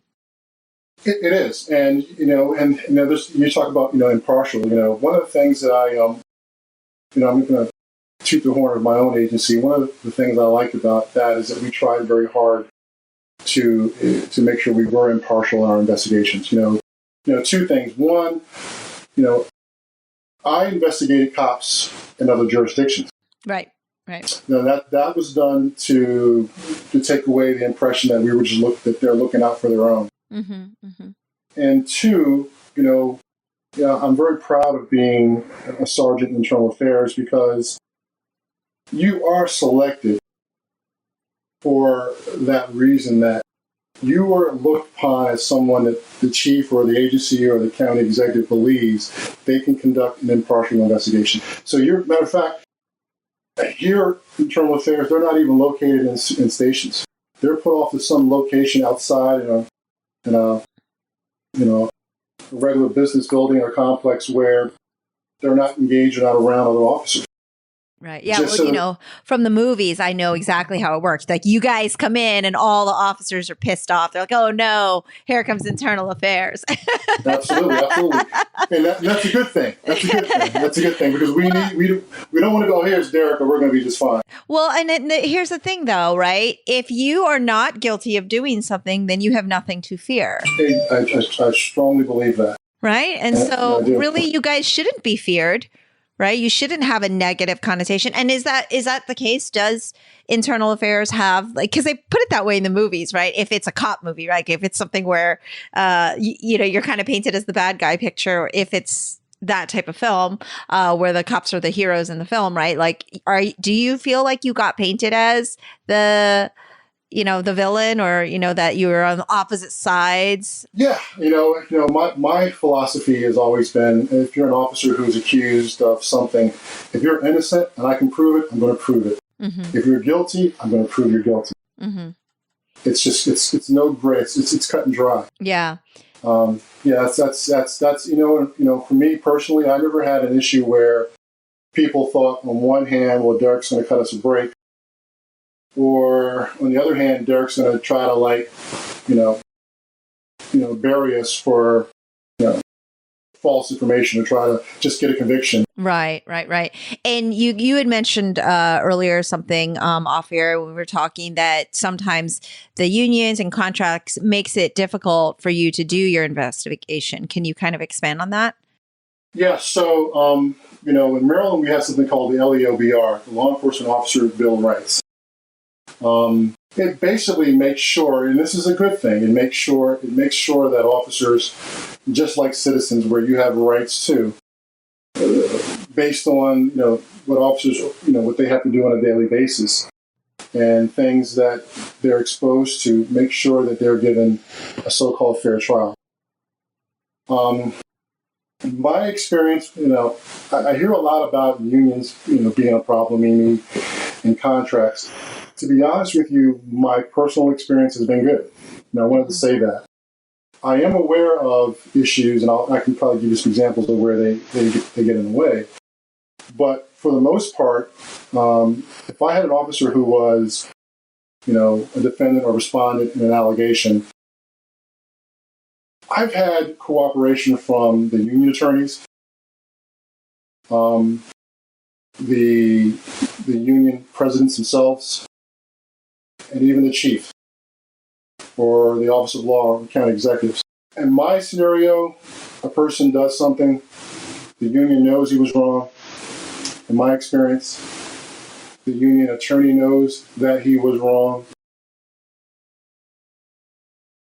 They will work with us to make sure that there is justice. We've talked a lot about dismantling and defunding and how the police department can be fixed. And definitively, there's systemic racism. But the community side is, we're the voters. We're the ones that supposedly the law enforcement is working for, right? Just like the government. Right. Supposedly, we are the ones with the power, quote unquote, like we have the voices. And so now you see petitions and protests, fundraising and voting. What else do you think we as a community can do to help, because everybody has their way to ally with Black Lives Matter, or everybody has their way to voice their opinion. My way is trying to share these stories on this podcast and generating empathy and understanding and learning, right? And so providing that platform. I've also participated in a lot of these other ways, but as community members, a lot of times, even though we supposedly have the power, we are the ones that feel the most helpless. And you being on both sides of the coin and kind of understanding the inner workings, what would your suggestion be for community to help? That's a good question. I just want to clarify one thing real quick on the last question you asked me. Of course. About how unions make it difficult for investigations. I gave you a scenario where the unions and the contracts work good for us, and I've been very fortunate that they worked for me most of the time. There are scenarios, just in short, the reason why some unions or contracts can become a problem is that, unfortunately, even if the person is guilty of what he's been accused of, I hate to say it, but if the union can find a loophole, whether it be something that the internal affairs detective was supposed to do but he didn't do right, or there was something, there was some evidence that they were able to make sure that wasn't provided or available, or testimony to sort of block you. Mm-hmm. Those are examples of how they will use the contracts and the rights of the officer to prohibit him from cooperating with an investigation. It's just that simple. Most of the contracts, the unions, we all generally have some of the basic rules. The difference is whether or not they will work with you to make sure the right thing is done. Unfortunately, some unions get in a very defensive mode where even if they know the officer did something wrong or was guilty of what happened, just like an attorney who defends a client we know has committed the crime, but if you can get them off, it's the same way. Just in short, that's how I explain how they affect us. So is that because, we say that we're a police union, we say contracts and whatnot, and that's such a broad general term. Do you find that it comes down to more of the individual that you happen to get that day that's working with you on that case? Or is it the system as a whole in the way the rules are written? Great. That's a good question. I think case by case, the individual. I've had some people come into my office and they forget the contract, forget their rights. I want to put it all out there. I want to do the right thing. I want to get this over with. I've had some union attorneys. You know what? They themselves were ex-cops, and they have a sense of justice and right. And they'll work with the respondent or defendant, however you want to label him, to do the right thing. The unions will say, listen, we can't have bad cops. They'll work with you to do the right thing. I've been very fortunate, but I am aware of situations or incidents where they were doing everything they could to prevent the testimony, evidence being used, just like in a criminal trial. And they were using loopholes and little things in the contract to say, well, you know what, you gotta drop that case, you gotta drop that investigation, or you gotta rule in favor of the officer because you guys didn't do A, B, C, and D, or just simply because they feel like, we have to look out for our men and we're going to do everything possible. We don't care. That does happen. It's interesting because I'm talking to you and I know you, of course, from our martial arts world, and I've known you a long time. And clearly, no matter what, I think you would have been a good officer, but clearly you also had the fortune, I guess you could say, you had good leadership. You had people around you, because you've said many times during this conversation that, fortunately in my situation, things have gone this way. And, right. But you do know of other situations. I almost feel like I need to be talking to someone who was just like horrible at their job and also had a really horrible department, because then they would be like, yeah, this is what it's like. I mean, and I get that you're giving me firsthand accounts, but that is the point, I think, in what we've been discussing is you had good peers, you had good leadership. Right. You then in turn were a good leader for your officers. And that is what we need. It's just like saying good parenting, right? We want to have that continuous cycle of the right type of leadership, the right type of education, the right type of work ethic. And if I'm not saying there wasn't any, bad people in the department you worked with, I'm sure that you've had issues and people.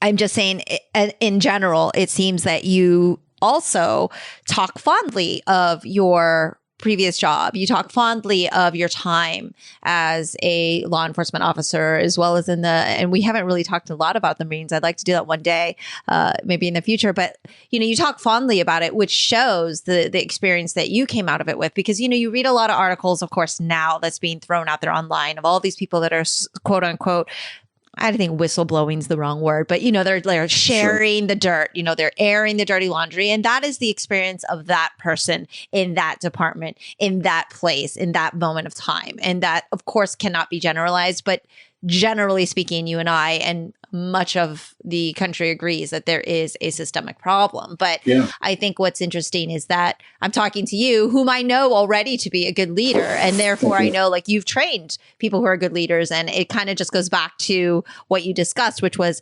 fire all of the bad leaders, go through and start with that. And then, taking it from there. And I'm hoping that that's kind of what will happen in the near future as we start to see these little changes being made, these little small increments and these little steps. Hopefully that is what happens. So yes, back to the community question. Yeah. And I hope anyone listening to me, they get the impression that I've seen the system work and I've seen it fail. And it's not, if anyone says it always works, they're lying. If someone says it never fails, they're lying. So I hope they take what I'm saying as being as sincere and as candid as I can be. And hopefully that it has some weight to it. With the community involved, I think that, so again, as I mentioned before, I have investigated cases, as many cases outside of my jurisdiction as I have within my own. So I've gotten an experience what other agencies are going through. And one thing that I know that tends to really get investigations going and make sure that they're thorough and transparent. And I know some cops are going to be yelling at me right now, but you got to get those politicians involved. You got to get them involved. You got to get that. You got to get that. You got to get that county executive, that county council person. You have to have them involved. You have to have them involved in every aspect, or as much as possible that you can legally have them involved. Because when you do that, Mimi, people make sure it's done right and done in a very timely manner. Those advocates out there. So what I recommend for the community is that they need to work with their representatives to work with the department more aggressively and to have more oversight over the investigations and to make sure that there's some type of review. In some cases, I always give you the good and the bad. And in some scenarios for me, I had many layers of people that were involved that there was a lot of oversight. I've investigated cases in other jurisdictions where there seemed to be no oversight or no accountability. It's an inevitability to have politics kind of hand in hand with law enforcement and all of that. I mean, here in Orlando, we of course have the city of Orlando, but then we have the sheriff's department, and it is a elected position. Yes. Yes. So to say it's not political, or to say, oh, well, I didn't like that sheriff because he was too political. Well, of course you think that. It was an election year. He had to be political. That was his job, or he wouldn't have had one, right? And then you get where they're in the cycle, and then you feel okay about it. But I mean, I think politics also needs to be rebranded as well, right? Because it's just got a negative connotation. For a very long time, it's something I never wanted to talk about or be involved in. Oh, I'm not political. I don't want to talk about that. I don't want to talk about, whereas now I just talk about it like every episode. And as you know, I started this not to be political, but I started this for people to share their voice. And it gets political. Of course it does, because changes cannot be made without having people out there that are speaking for you that will help enact these changes. It's very hard to just be a grassroots organization, because then, that's how it goes. It goes up and up and up. So it's like kind of the reverse. It starts from the ground and we have to work towards our leaders. But it's the same concept, right? Get rid of the leaders if they are sucking at their job and stuff's not getting done. I cannot emphasize how important it is, especially in all of these areas where people of color are oppressed and having issues. I know it feels like it doesn't matter. I know it feels like no matter who you put in office, things haven't changed. But there's always a lesser of two evils. There's always a chance with someone versus a complete, roadblock with others, right? So there is always something, if you know what you believe in, then you just got to pretty much kind of give your hope into the hands of that person, or go run yourself. Like, there are locals, there are people that you can start to look at smaller positions, city council positions, there's a start, right? So if people really want change, I think it can be made, but it is really, really quite a challenge, and it's impossible for it to not get political. And I think people just get very put off by the word politics, and then starts to tune you out, right? It works when it comes to investigations, though. Yeah. I'll tell you what's interesting about internal affairs investigations, where there's an allegation of something which could cause, let's say, the department or the county to have to write a check for $30 million for something that the officer did wrong. This is what's unique about that, is that whether you're a Democratic or Republican executive or governor or what have you, they all know that politicians don't want to write those checks. Mm-hmm. So everyone, no matter whether you're a Democrat or Republican, they're going to make sure it's done right when they get involved. Because if they're involved and it's not done right, they're not going to get reelected, regardless of whether they're Republican or Democrat, in most cases. In other words, if a politician is most likely not going to say, hey, just, sweep that under the carpet, guys, because, we don't want that to get out because I'm a Republican. Mm-hmm. Yeah. What they're thinking of is, I got to make sure that the people who voted for me know that I'm on the police and I'm doing my job. And that's one thing that Republicans and Democrats all seem to be consistent with, in my experience. Well, that's yeah, and that's why it's interesting, because people always feel like, well, there's Republicans, Democrats, and then there's law enforcement. Like, they're their own thing, and it's everyone against them, or how that feeling of like, well, we're for whoever is for us. And and that could flip flop, right? It depends on who's in power at that point in time. But what is interesting is you kind of like teasing a little bit about your peers or your former colleagues and everything, because there is that camaraderie when coming from the Marines, especially, right? So coming from law enforcement, there is that camaraderie. Like, you guys share code, you guys do share a brotherhood or sisterhood, or, you share something that is definitely unique. But what was interesting to me is that, I don't do social media. So it was nice that you shared with me, like, oh, here's what I've posted. This is what I feel about the George Floyd incident.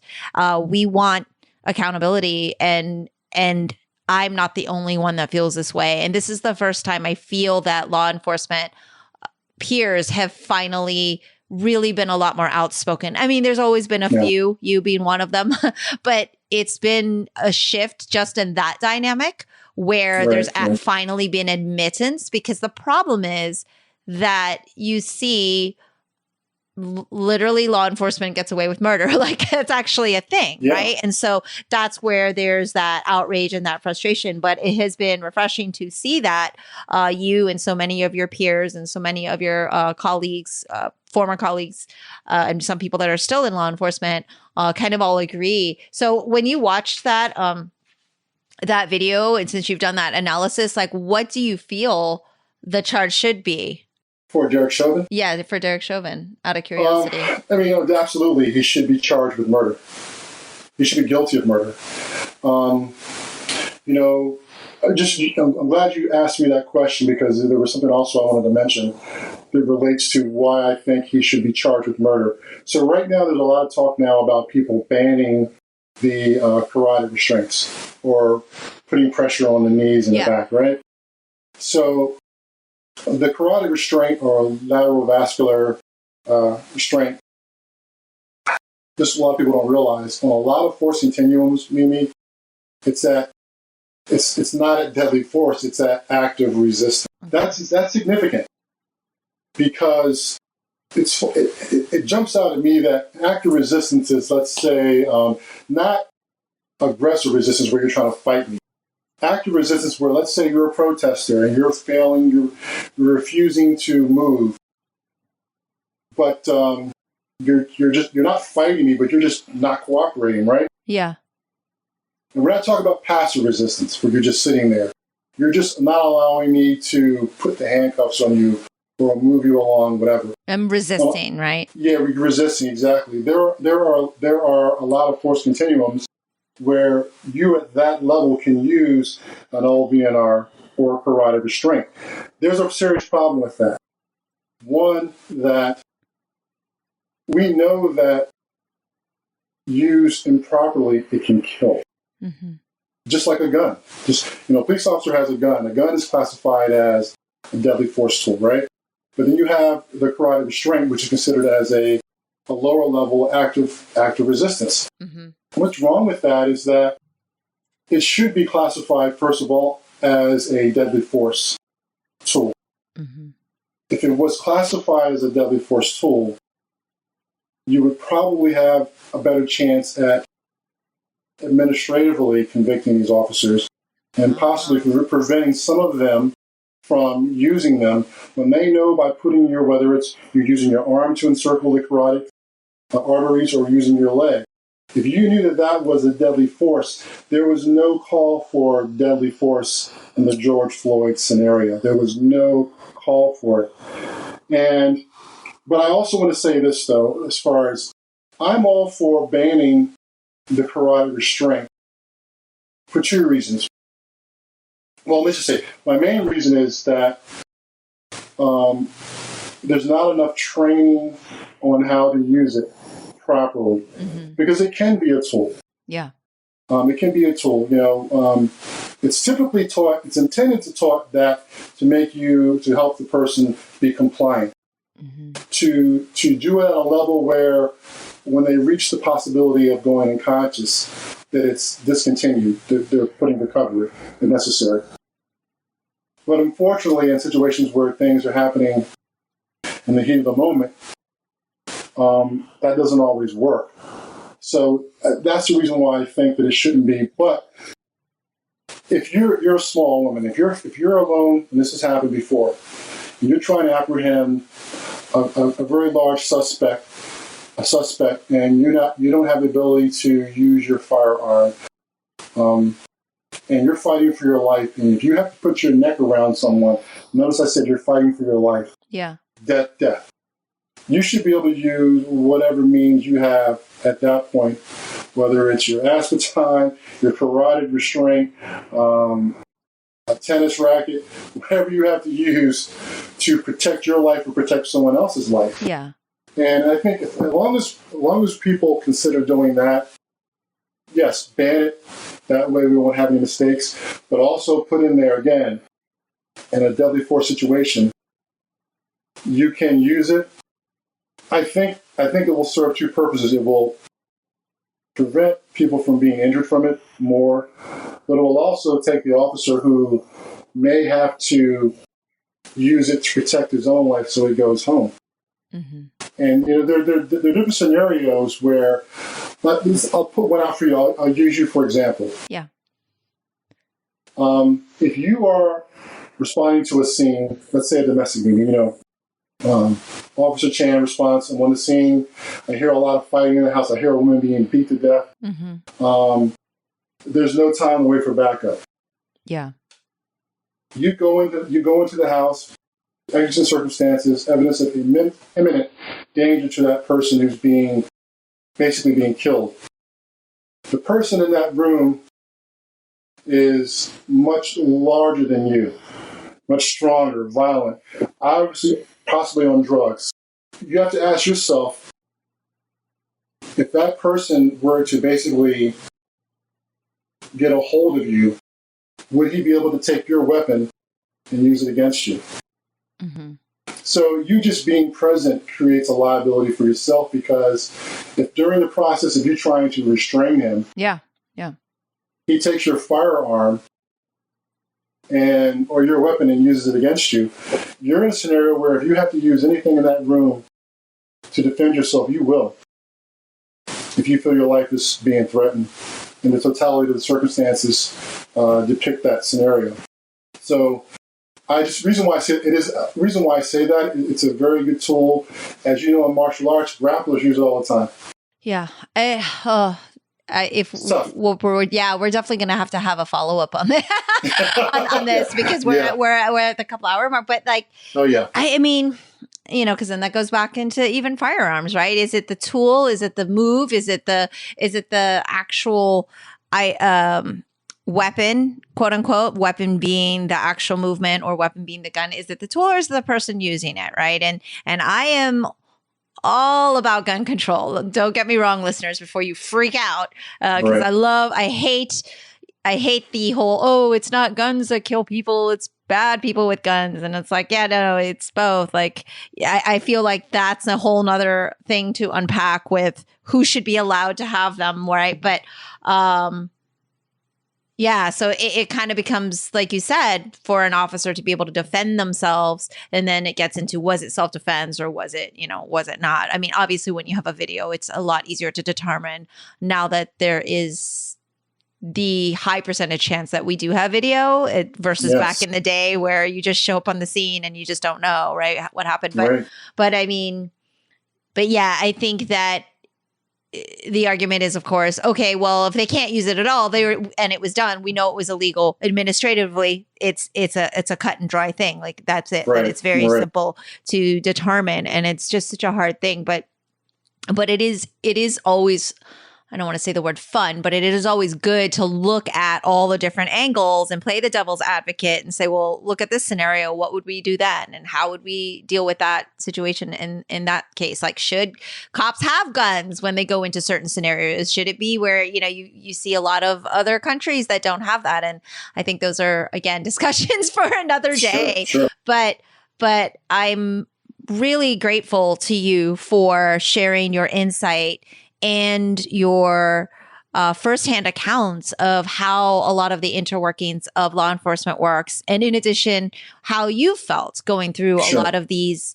situations, because I think it is important for people to understand that even what you just said about protest on both sides, like, yes, we need to protest. We need to be able to share our voices peacefully and know that some of the officers on the other side of that barrier, on the other side, are still humans as well. Right. And we can't group everybody all into one thing. And it's I think a good practice and a good thing for us to try to always put ourselves in other people's shoes, whether we agree with them or disagree with them.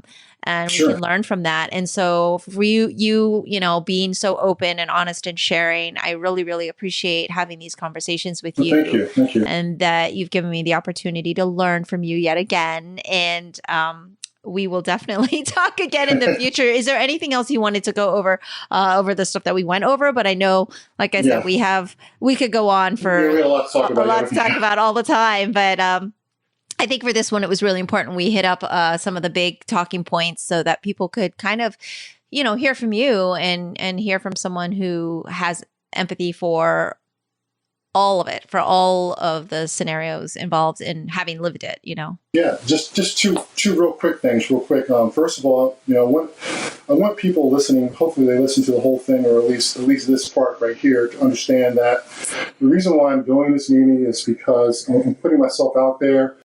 Through social media, I've noticed that it's been very helpful and comforting to a lot of citizens to see the few of us that have spoken out.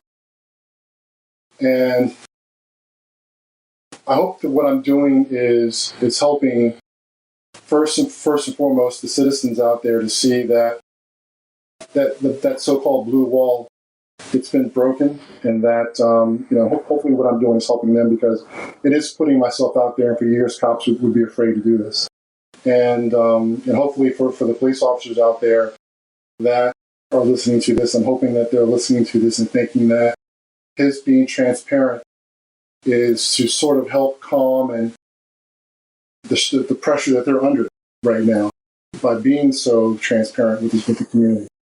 And the last thing I wanted to mention is that, I think that we need to change the perception of what a police officer is. I think that the qualifications for police officers, the standard should be much higher. I think that a police officer should be held to the standard of a doctor.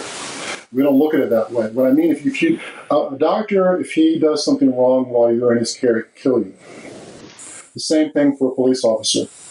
People in the medical field, doctors in particular, are held to a certain standard of their expectation and what they're supposed to do to help you. And I think that if police officers are held to that standard, I think I'm using that, then we will hire fewer of the bad cops, the people who should not be doing the job, because we should look at it as though you're taking a position where you're required to not only take a life, or protect a life, your actions will take a life by you not driving your car properly, you're not using your firearm or your tools properly. So that's what I just wanted to say last and just emphasize that. Thank you so much. And we will talk again soon. Derek Johnson, everybody. Thank you very much. And you take care of yourself. That's all for today's episode. Thanks for listening to Culture Chat and hope you enjoyed the conversation. Please subscribe and rate my podcast. Feel free to leave me suggestions or send an email to mimi@culturechatpodcast.com or follow me on social media at Sifu Mimi Chan on Twitter, Instagram, or Facebook.